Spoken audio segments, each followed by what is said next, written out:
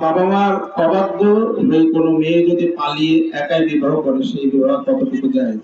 বাবা মায়ের অবাধ্য হয়ে যদি মেয়ে একাই পালিয়ে গিয়ে বিয়ে করে, তাহলে সেই বিয়েটা কতটা জায়েজ?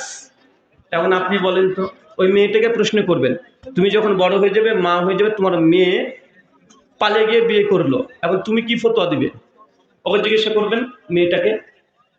কথা বুঝতে পারলেন না ভাইজান? কারণ ও তো এখন পালিয়ে গিয়ে বিয়ে করলো, ধরেন 20 বছর পরে তারা তো মেয়ের বয়স 16 হয়ে যাবে।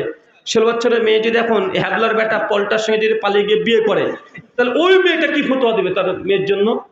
ও নিজে বলবে মেনে নিতে পারবে না। তো তুমি যেটা তোমার জন্য মেনে নিতে পারো না, সেটা তোমার মেয়ের জন্য কিভাবে মানবে? বা তুমি এখন যেটাকে আবেগে পড়ে স্রোতে গা ভাসিয়ে দিয়েছো, ভাবছো একদম বিশাল ব্যাপার, ওকে ছাড়া তুমি বাঁচবা না, বুঝবা। এখন তোমাকে গোলাপ ফুল দিয়েছে, বিয়ের পরে তোমাকে ধুতরা ফুলও জুড়বে না, ফুলকপি দিয়ে বসে রাখবে।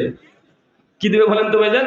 এখন গোলাপ ফুল নিয়ে দেখা করতে আসছে, বিয়ের পরে কি করবে? ফুলকপি নিয়ে চলে আসবে, যে ফুলকপি কেটে রান্না কর। ও এখন আবেগে আছে, বুঝতে পারবে। শুক্রিয়া।